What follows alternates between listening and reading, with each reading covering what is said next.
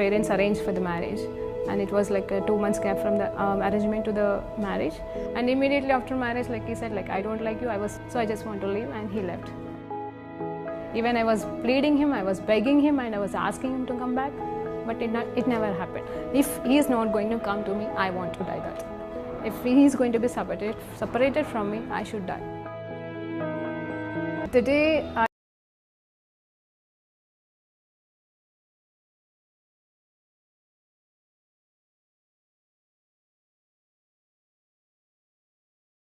you are not going to do that. Immediately I called to one of my Christian friends, and she shared with me the gospel. On the spot, I accepted Lord as my Savior. The next moment, I felt free from the burdens and all kind of thoughts, and everything left me.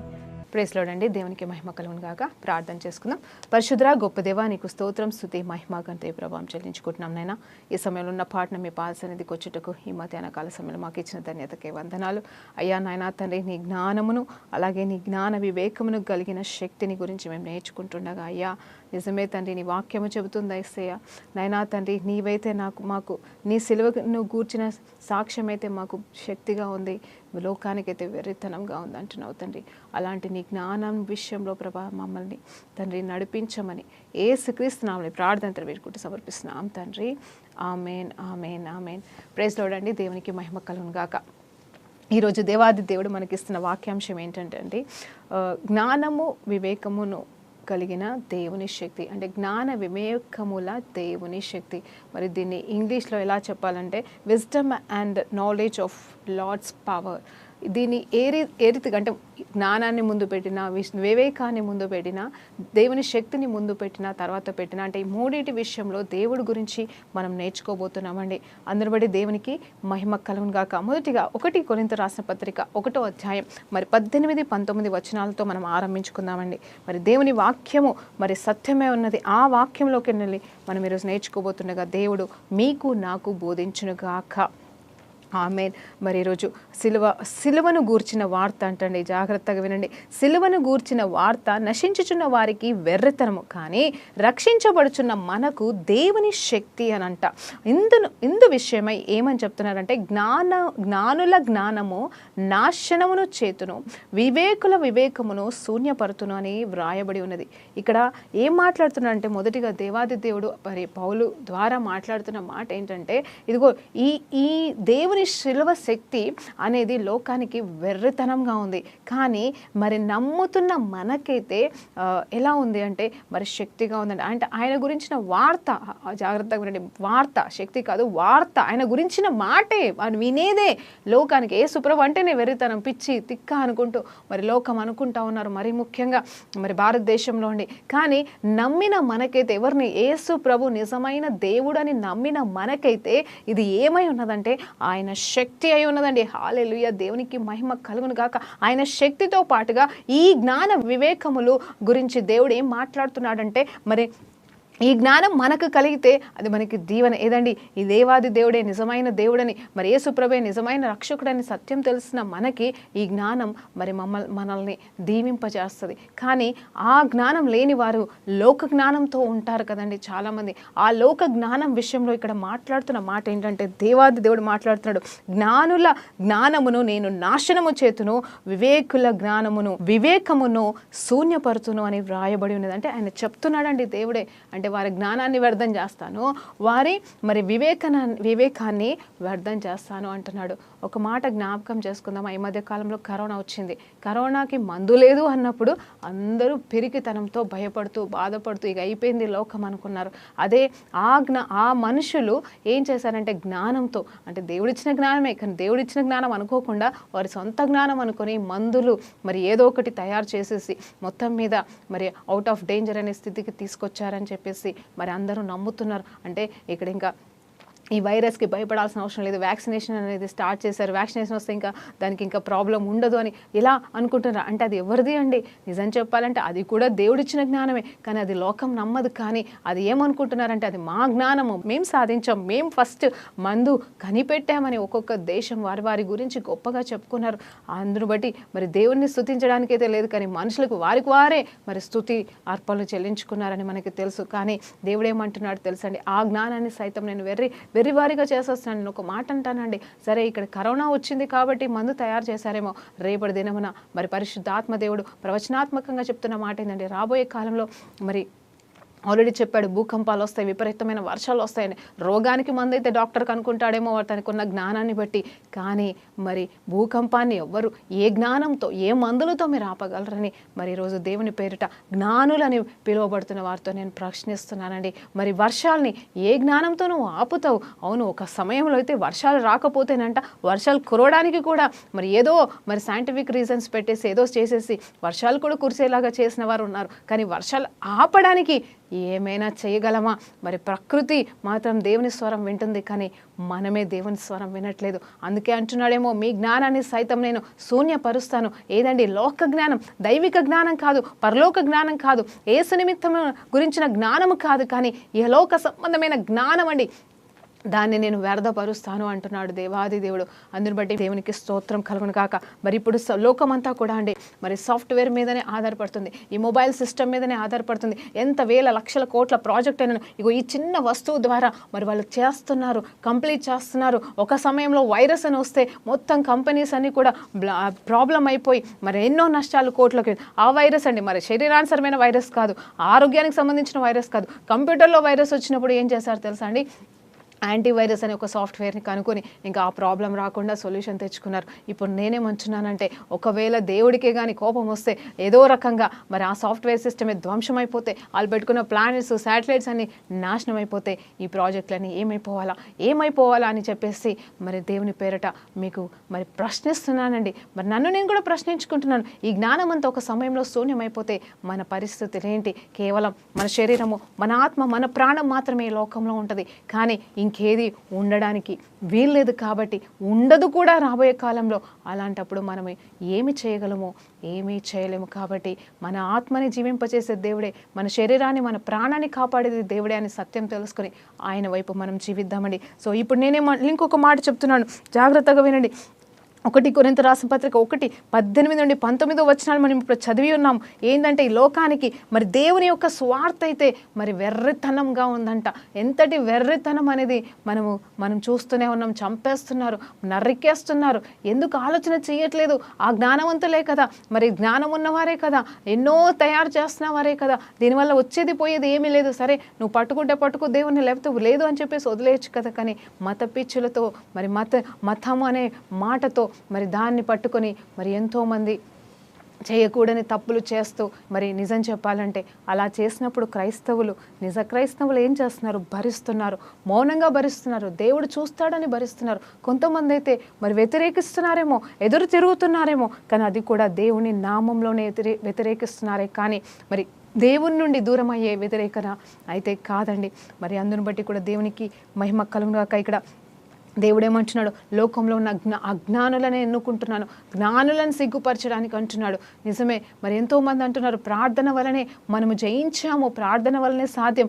Even doctors కూడా చెప్తా ఉంటారు కదండి. నేను చాలా simple మాటలు మాట్లాడుతున్నాను ఈరోజు, ఎందుకంటే ఈ లోక జ్ఞానము మనకి ఏమేమో తీసుకెళ్ళిపోతున్నారు. కానీ నిజంగా చెప్పాలంటే చాలామంది, నేను ఇప్పుడే చెప్తున్నానండి మీకు, మరి చాలామంది అడుగుతారు యూట్యూబ్లో, ఇప్పుడు నేను దారిలో వస్తుంటే కూడా నువ్వెందుకు టీవీలో చెప్తున్నావు, అంత ఖర్చు పెట్టుకొని చేయాల్సిన అవసరం ఏముంది, చక్కగా యూట్యూబ్లో ఉంటారు కావచ్చు కదా, ఫ్రీగా నీ ఛానల్ని నువ్వు నడిపించుకోవచ్చు కదా అని చెప్పేసి సలహాలు ఇచ్చేవాళ్ళు ఎంతోమంది. ఈరోజు నేను దారిలో వస్తుంటే కూడా మరి ఒక తమ్ముడు అలాగే సలహా ఇచ్చాడండి. నేను ఒకటే మాట అన్నాను, సోషల్ మీడియా త్రూ ఇలాంటి పెద్ద పెద్ద ఫోన్లు ఉన్న వాళ్ళు మాత్రమే చూడగలరు, ఉన్నవాళ్ళు మాత్రమే చూస్తారేమో, అది కూడా క్రైస్తవులు మాత్రమే చూస్తారేమో. కానీ నేను చెప్తున్నాను, ఆ టీవీ ద్వారా మరి ఇదిగో చిన్న ఫోన్స్, మరి వాళ్ళు కనీసం మరి వారికి వేరే ఆధారం లేదు, అంటే టీవీ కంపల్సరీ అందరి ఇళ్లలో ఉంటుంది కాబట్టి, ఆల్మోస్ట్ అందరి ఇళ్లలో ఉంటుంది. మరి అది లేని వాళ్ళు కూడా ఉంటారు, కాదనట్లేదు. కానీ ఈ టీవీ ద్వారా మరి నేను రక్షణ పొందుకున్నాను కాబట్టి ఈ టీవీ ప్రేక్షకులే నాకు కావాలి. వాళ్ళు చదువు వచ్చిన వారే ఉంటారు, చదువు రాని వాళ్ళే ఉంటారు, వాళ్ళు ఫోన్ కూడా చేయలేని పరిస్థితులు ఉంటారు. వాళ్ళంటి వాళ్ళకి మరి నేను వాక్యం అందించాలని నేను ప్రార్థన చేస్తూ మరి ఈ భారాన్ని మోస్తున్నాను. అంతేకాని నేనేదో ఫేమస్ అవ్వాలి, గొప్ప అయిపోవాలి, జ్ఞానవంతురాలు అయిపోవాలి, అందరూ ఏదో అనుకోవాలని, యూట్యూబ్ల ద్వారా అక్కడిక్కడ పోవాలని కాదు, కానీ ఫేమస్ అవ్వాలని కాదు, కానీ దేవుని కోసం, దేవుని జ్ఞానాన్నే, దేవుని సత్యాన్ని లోకానికి ప్రకటించడానికి, అది కూడా అందని వారికి అందించాలనేదే ఈ తపన అని ఆ అబ్బాయికి చెప్పినప్పుడు, అవునా అక్క నిజమే, మీరు చేస్తుంది కరెక్టే, మీరు చేస్తుంది నిజమే అని చెప్పేసి మరి ఆ అబ్బాయి ఒప్పుకోవడం జరిగింది. నేను ఇక్కడ ఎందుకు చెప్తున్నాను అంటే ఇది అవసరమే ఎందుకంటే ఈ ఫోన్ల ద్వారా మరి ఎన్నో తెలుసుకుంటున్నాం, ఎన్నో మరి అద్భుతాలు జరుగుతున్నాయి. దీని ద్వారా మనము లోకంలో ఉన్నవారైతే లోకానుసరమైన జ్ఞానంతో ఏదేదో వాడుకుంటున్నారు, అవసరాలు తీర్చుకుంటున్నారు, మరి దాంతో పనులు అవుతున్నాయి, కరెక్టే అండి. ఈవెన్ అకౌంట్ సిస్టమ్స్ కూడా మరి డబ్బుల విషయంలో కూడా గూగుల్ పే అని అదని ఇదని. కానీ నిజం చెప్తున్నానండి, నిజంగా సత్యంగా మనము న్యాయమైన పనులకి కూడా మనం వాడాలి. మరి ఇది దేవుడిచ్చిన జ్ఞానమే, మనము మన క్రైస్తత్వాని కోసం మనం వాడితే అది ఎంతోమందికి దీవెనకరంగా ఉంటుందని దేవుని పేరిట మరి మనవి చేస్తున్నాండి. అంటే ఇది నేను యూట్యూబ్ ద్వారానో లేకపోతే సోషల్ మీడియా ద్వారా వెళ్ళడం అనేది తప్పు అని నేను అనట్లేదు, కానీ అది రాంగ్ అని కాదు, కానీ అది నాకు అవసరమా లేదా అది దేవుడు చూసుకుంటాడు. నేను వెళ్ళాల్సిన మీడియా మాత్రం ప్రేక్షకులని మరి అందుకోవడమే, మనుషులని మరి నిస్సహాయ స్థితిలో ఉన్న వారిని రీచ్ అవ్వడానికి ఈ మీడియాని ఎన్నుకున్నానండి. అందుబట్టి దేవునికి మహిమ కలుగుగాక. అయితే జ్ఞానులను సిగ్గుపరచడానికి మరి దేవుడు ఆ జ్ఞానాలను ఎన్నుకున్నాడంట.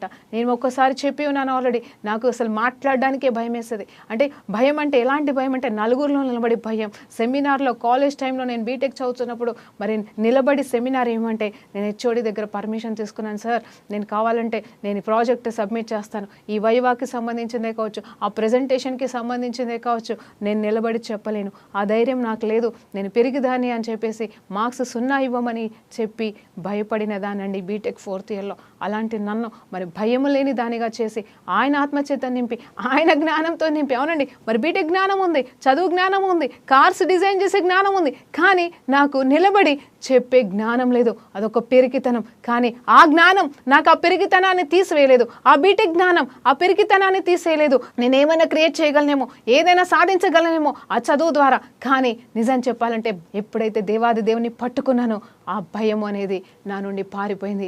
ఇలా 100 మంది కాదు, 1000 మంది కాదు, ఎంతమంది నిలబడ్డా, చివరికి కెమెరా ముందర కూడా నిలబడి ధైర్యంగా చెప్పడానికి, తప్పు చెప్తున్నాను ఒప్పు చెప్తున్నాను కూడా, ఏది చెప్పినాను ధైర్యంగా చెప్పే కృపా జ్ఞానము దేవుడిచ్చి ఉన్నాడు. ఇదండి నిజంగా నేను అనుభవిస్తున్న సిలువను గురించిన సువార్త శక్తి. నేను అనుభవిస్తాను, అది ఆ శక్తిని పొందుకున్నాను, ఆ సువార్త విన్నాను, ఆ సువార్త ద్వారా నా ఆత్మరక్షణ పొందుకుంది, నా ప్రాణాత్మ దేహంలో ధైర్యము తెచ్చుకోగలిగి ఉన్నాయి. ఆ తర్వాత నేను ఏమైనా దేవుని కోసం చేయగలుగుతున్నాను. లోకం నన్ను వెర్రిగా చూడొచ్చు, కానీ దేవుని సన్నిధిలో సంతోషంగా నిలబడి ధైర్యంగా నిలబడే కృపను దేవుడు నాకు ఇచ్చి ఉన్నాడు. అందుబడి దేవునికి మహిమ కలుగును గాక. ఈరోజు నీ జీవితంలో కూడా మీరు ఎలాంటి స్థితిగతిలో ఉన్నారో నాకు తెలియదు, కానీ లోక జ్ఞానం కోసం పరిగెడుతున్నావా? తప్పు లేదు, కానీ దైవిక జ్ఞానం నీలో ఉందా? దైవిక జ్ఞానం నీకు ఉన్నదా అని చెప్పేసి ఈరోజు నేను మిమ్మల్ని ప్రశ్నిస్తున్నాను. నిజం చెప్తున్నానండి, అది నా కోరిక కాదు, అది నా వాంఛ కాదు, భూకంపాలు రావాలని కాదు, వర్షాలు రావాలని కాదు. మరి గత 2 సంవత్సరాలుగా ఎడతెగని వర్షాలు వస్తున్నాయి, ఈ సంవత్సరం ఇంకా అధిక వర్షం వస్తాయి. మరి ఆల్రెడీ చెరువులు నిండిపోతున్నాయి, మనం అందులోనికే రాబోతున్నామండి. ఈరోజు నేను ఏం మాట్లాడాలన్నా కానీ నేను నమ్మేది ఒకటే, దేవుడు చెప్పకుండా నేను మాట్లాడను. అది కూడా వాక్యంలోకి వెళ్ళి నేను ధ్యానించాలని ప్రతిసారి నేను ఆశ కలిగి ఉంటానండి. ఆ వాక్యంలోకి వెళ్ళి మనకు పరిశుద్ధాత్మ దేవుడు బోధించును గాక. వర్షం గురించి ఎందుకు మాట్లాడుతున్నాను, మరి ఎందుకు జ్ఞానం గురించి మాట్లాడుతున్నానో ఇప్పుడు నేను చదివే ఈ వచనాల ద్వారా మీకు అర్థమవుతుంది. యోబు గ్రంథం మరి 28వ అధ్యాయాన్ని 12వ వచనం నుండి 28వ వచనం వరకు మనం ఈ సమయంలో చదవబోతున్నాం. అలాగే దాన్ని ధ్యానించబోతున్నామండి కొద్ది నిమిషాలు. తర్వాత మీరు క్లుప్తంగా ఆ 28వ అధ్యాయం పూర్తిగా చదవండి. మరి నిజంగా జ్ఞానం గురించి వర్ణించుటలో యోబు కంటే మించిన వాడు లేడు. అంటే కేవలం జ్ఞానం అంటే వట్టి విషయాలు కాదు, కానీ భూలోక సంబంధమైన శాటిలైట్స్ దగ్గర నుండి మరి ప్రతి ఒక్క దాని గురించి మరి మాట్లాడుతున్న జ్ఞానవంతుడు యోబు గారే ఉన్నారు. సొలొమోను కంటే కూడా గొప్ప జ్ఞానవంతుడు ఎవరు లేరు, యేసుప్రభువే అని దేవుడు చెప్తున్నాడు. కానీ జ్ఞానయుక్తమైన మాటలు, మరి సృష్టికి సంబంధించిన మాటలు యోబు గారు కూడా మరి మాట్లాడారండి. అందుని గురించి మనం తెలుసుకుందాం. యోబు గ్రంథం 28వ అధ్యాయం 12 నుండి 28వ వచనాలండి.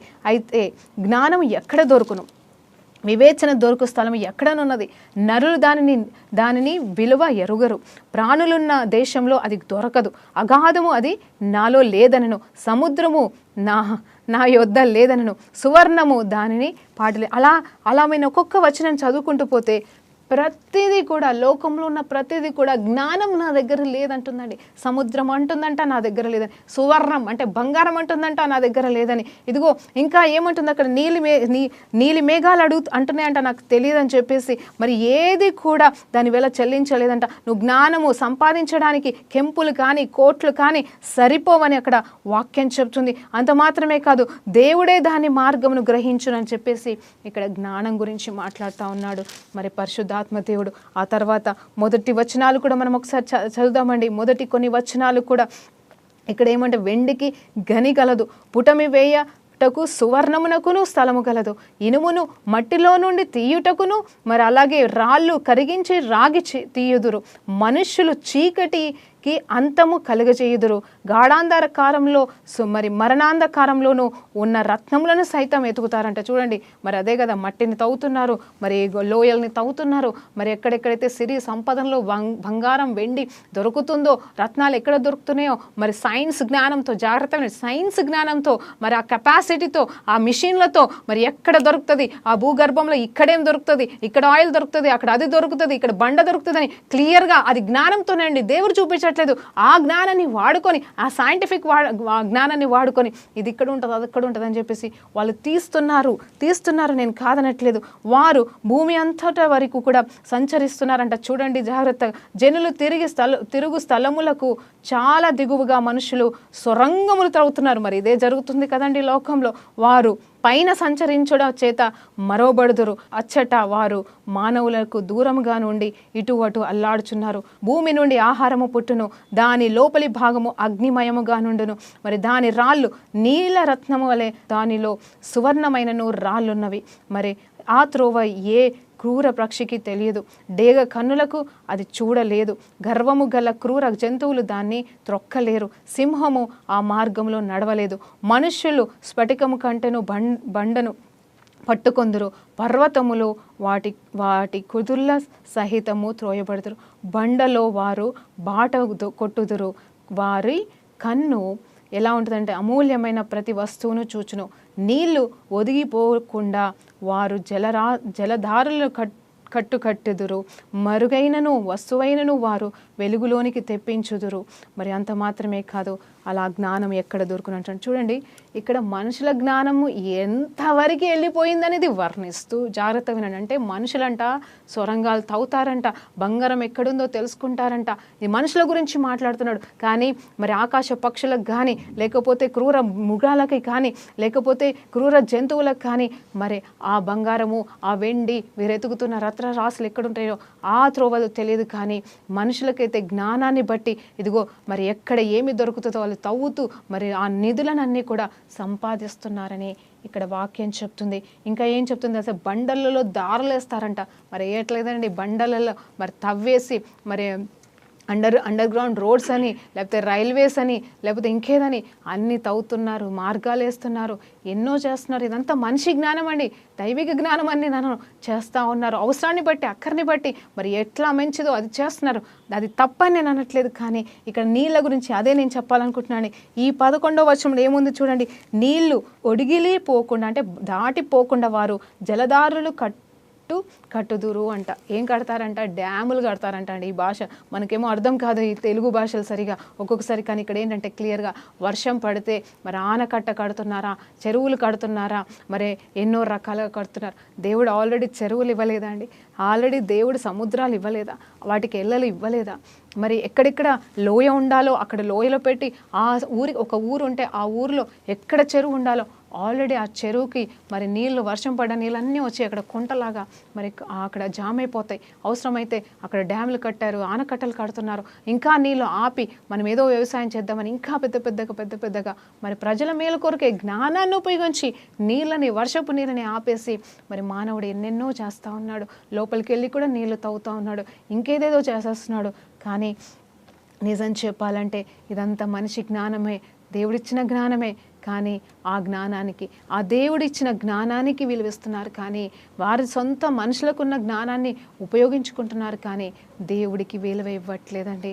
ఇది నేను చెప్పాలనుకుంటున్నాను. ఏంటంటే దేవుణ్ణి మాత్రం విలువలేని వాడిగా, వెర్రివాడిగా చూస్తున్నారు. కానీ మరి ఇక్కడ మరి ఆనకట్టలు కట్టడం మంచిదే, తప్పనట్లేదు, వ్యవసాయానికి అవసరమే, మరి నీళ్లు వేస్ట్ కాకుండా మంచిదే.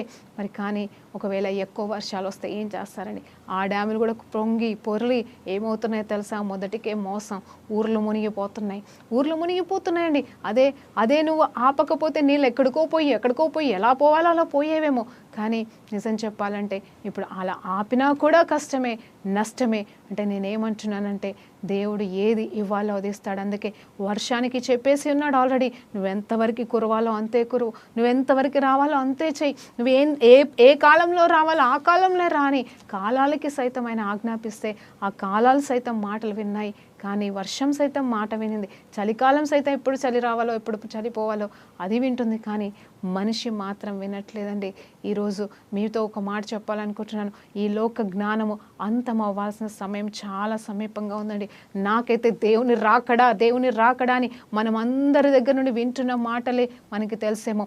దేవుని రాకడ గురించి మాట్లాడేంత శక్తి, జ్ఞానము, వివేచన నాకు లేదు. ఆయన వస్తాడనే సత్యం మాత్రం తెలుసు. ఆయన వస్తాడని నేను కూడా బోధిస్తాను, చెప్తున్నాను. కానీ ఎప్పుడు వస్తాడో నాకు తెలియదు. కానీ ఒక్కటి మాత్రం సత్యమండి, నిజంగా జ్ఞానమంతమయ్యే సమయం, ఆ జ్ఞానమంతా వెర్రితనంగా మార్చే సమయం ఎవరండి? దేవుడే మారుస్తాడంట. మీ జ్ఞానాన్ని వెర్రితనంగా మార్చే సమయం రాబోతుంది. మీ వివేకుల జ్ఞానాన్ని, వివేచనని నాశనం చేసి శూన్యం చేసే కాలం రాబోతుందని నేను నమ్ముతున్నాను.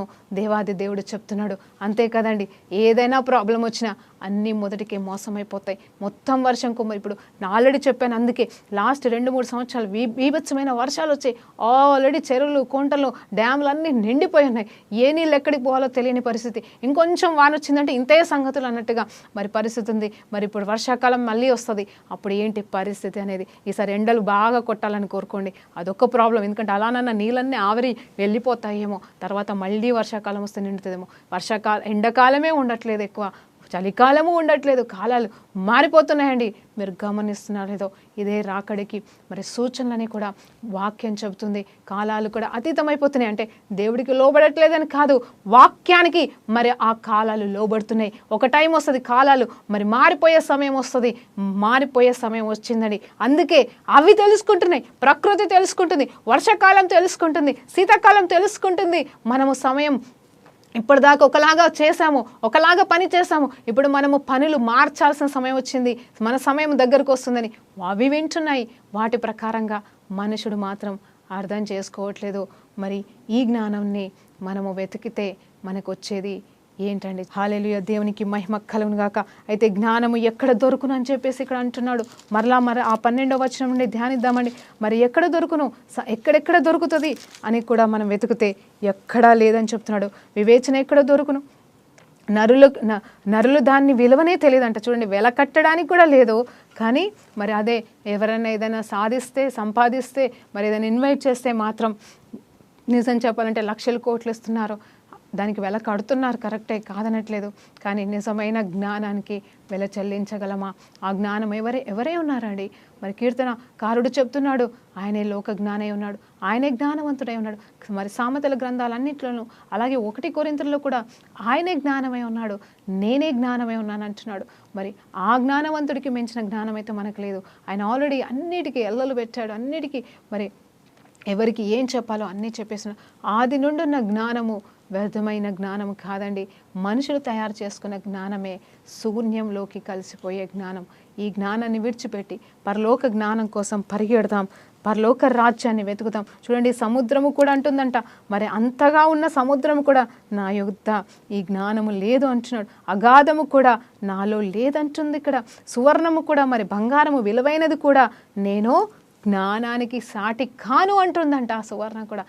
అంటే నువ్వు నన్ను ఎన్ని తులాలు, ఎన్ని కిలోలు మీరు పెట్టినా మీరు జ్ఞానాన్ని సంపాదించలేరు, నేను తుయ్యలేను అని వజ్రాలు అన్నీ కూడా పలుకుతున్నాయండి. ఇక్కడ దేవుని చేత సృష్టించిన మరి విలువైన వస్తువులు, విలువైనవి, మనుషుడు విలువ కట్టే ఇవి కూడా చెప్తున్నాయి, మేము విలువైన వాటిమి కాము. అంటున్నాడండి. అందుకే అంటాడు, వెండి నాది, బంగారం నాది, సమస్తం నాదే ఉన్నది అని చెప్తున్నాడు కదండి దేవుడు. కానీ ఇక్కడ వీళ్ళైతే జ్ఞానం ఎక్కడుందో మాకు తెలీదు, జ్ఞానంతో మేము పోల్చుకోలేమని మాట్లాడుతున్నాడు. ఏ జ్ఞానం అండి? మరలా చెప్తున్నాను, లోక జ్ఞానం కాదు, పరలోక జ్ఞానము. దేవునికి మహిమ కలుగును గాక. నేను ఈ మధ్యలో చాలా ఆశ్చర్యపడిన విషయం ఏంటంటే, అందరికీ తెలిసిన విషయమే, బీటెక్ చేస్తారు అంటే ఎడ్యుకేషన్ ఓకే అండి, బాగుంది, చదివితే సరిపోదు, ఇంకేదో సాఫ్ట్వేర్ నేర్చుకోవాలంట. దానికి ఇన్ని సంవత్సరాలు లక్షలు పోసి చదివింది ఒక్కెత్తైతే, ఇప్పుడు ఆ కోర్సులు నెల కోర్సులకే వేలు డిమాండ్లు, లక్షల డిమాండ్స్ అండి. ఎందుకు? ఆ జాబ్ కోసం. మళ్ళీ ఆ జాబ్ జాయిన్ అయితే మరి వెంటనే ఆ జాబ్ ఆ నేర్చుకునే దాన్ని బట్టి జాబ్ వస్తుందో రాదా సెకండరీ. జాబ్ వస్తే మళ్ళీ నేర్చుకుంటూనే ఉండాలంట. దానికే చదువుతూనే ఉండాలంట. దానికే చదువుకుంటూ పోతూ ఉంటే ఇంకా లోక జ్ఞానంలోనే బ్రతుకుతే, ఆ సంపాదన అనే జ్ఞానంలోనే జీవిస్తే ఇంకా నువ్వు దేవుని జ్ఞానాన్ని సంపాదించేది ఎప్పుడు? అందుకే నాకు చాలా సంతోషం వేస్తుంది. ఎవరైనా సరే దేవుని సేవలో, దేవునిలో ఉండి నిజంగా లోకానుసారమైన పనులు చేసుకుంటారు, అలాగే దేవునిలో ఉంటారు, వాళ్ళు నిజంగా ధన్యులండి. ఎందుకంటే దాన్ని బ్యాలెన్సింగ్ చేసుకుంటూ బ్రతుకుతారు. కానీ చాలామంది హిందూస్ ఉంటారు, వాళ్ళకైతే అసలు దేవుని జ్ఞానం గురించి తెలియదు. అంటే హిందూసే కాదు, క్రిస్టియన్స్ కూడా ఉన్నారు. నేను వాటికి దూరం అని చెప్పేవాళ్ళు కూడా ఎంతోమంది. ఎవరికండి దూరం? దేవుడికి, దేవుని సమయానికి, బైబుల్కి, ప్రార్థనలకి, ఇలాంటి వాటికి. ఈ పాస్టర్ ఆ పాస్టర్ అంటే కూడా తెలియదు అనేవాళ్ళు. మేము వాటికి దూరం, మాకు తెలియదు, మేము లోకంలోనే ఉన్నాం అని చెప్పేవాళ్ళు ఎంతోమంది ఉన్నారండి యవ్వనస్తులు. నిజంగా వాళ్ళందరినీ బట్టి మనం ప్రార్థన చేయాలి. ఎప్పుడేం జరుగుతుందో తెలీదు. ఇవన్నీ జరిగితే బాగుండని నేను కూడా కోరుకుంటున్నాను. ఏ ప్రళయాలు రావడం కాదు, ఏదో కాదు, కానీ నిజంగా ఈ సాఫ్ట్వేర్ అంతా ధ్వంసం అయితే బాగుండు అనిపిస్తుందండి. నిజంగా చెప్తున్నా, అది నా కోరిక కాదు, కానీ అలాగైనా సగం మంది మరి అడుక్కని తింటారని కాదు, కానీ కాకపోతే వాళ్ళ వాల్యూ ఏంటో, మనిషి వాల్యూ ఏంటో, దేవుని వాల్యూ ఏంటో తెలుసుకుంటారేమో అని ఆశ కలిగి ఉన్నానండి. సాఫ్ట్వేర్ వాళ్ళని నేను తిట్టట్లేదు, అలాగే జ్ఞానవంతులను నేను తిట్టట్లేదు, టీచర్స్ని నేను తిట్టట్లేదు, కానీ ఒకటి చెప్తున్నానండి, నిజమైన జ్ఞానవంతుడు దేవుడే. ఆయన జ్ఞానం కోసం బ్రతుకుతాం. ఈరోజు మనం ఏం నేర్చుకున్నామంటే ఇదే మాట, అందులోనే మనకి నిజమైన శక్తి ఉంది, జీవించగల కృప ఉంది. మళ్ళీ చెప్తున్నానండి, నా జీవితమే పెద్ద ఉదాహరణ. నేను అనుభవించింది చెప్తున్నాను, అనుభవించిందైతే నేను చెప్పలేను. నాకు చాలా ఆస్తి ఉండిందండి, కోట్ల ఆస్తి ఉండింది, కానీ నా జీవితాన్ని సరిచేయలేకపోయింది. పెద్ద హయ్యర్ స్టడీస్ ఉన్నాయి, నా జీవితాన్ని బాగు చేయలేకపోయింది. చచ్చిపోవాల్సిన నాకు ఏ దేవుడు కూడా దిగొచ్చి నాకు ధైర్యం చెప్పాలా, ఓదార్పేలేను, బ్రతకని చెప్పలేదు. కానీ నేను తెలియని నా దేవుడు, నాకెవరో తెలియని ఆ పేరే తెలియని, నాకు అవునండి పేరే తెలియని వారు ఎంతోలో ఉన్నారని పాటలు పాడతారు క్రైస్తవులు. నిజంగా చెప్పాలంటే యేసు ప్రభు పేరు మాత్రమే తెలిసి ఆయన గురించి ఏమీ తెలియని నా దగ్గరికి ఆయన వచ్చి ఆయన జ్ఞానంతో నింపి, ఆయన సత్యంతో నింపి, నేనున్నాను, ఉన్నవాడను, అనువాడను, నీకు తోడే ఉంటానని మాట్లాడి చనిపోవాల్సిన నన్ను బ్రతికించుకున్నాడండి. అది నిజమైన జ్ఞానం.